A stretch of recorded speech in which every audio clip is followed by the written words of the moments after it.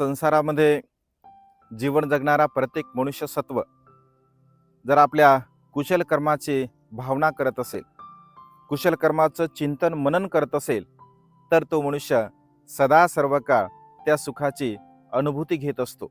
भावना म्हणजे काय?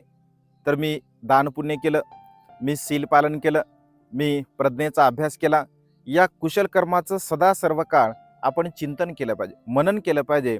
कारण कुशल कर्म करणारा, पुण्यकर्म करणारा मनुष्य आपल्या पुण्यकर्माचं, कुशल कर्माचं जर चिंतन करत असेल, मनन करत असेल, त्याची भावना करत असेल, तर पुन्हा पुन्हा त्या मनुष्याच्या जीवनामध्ये त्या सुखाची अनुभूती त्या मनुष्याला प्राप्त होत असते. आणि त्यामुळे नेहमी आपण कुशल कर्म करावे, पुण्यकर्म करावे, चांगले कर्म करावे आणि त्या चांगल्या कर्माचं चिंतन मनन भावना सुद्धा आपण केली पाहिजे. अशा प्रकारचा मनुष्य सदा सर्व काळ कुशल विचारामध्ये राहत असतो आणि कुशल विचाराचं चिंतन मनन करून सुखाच्या अवस्थेला प्राप्त होत असतो. नमो बुद्धाय. जय भीम.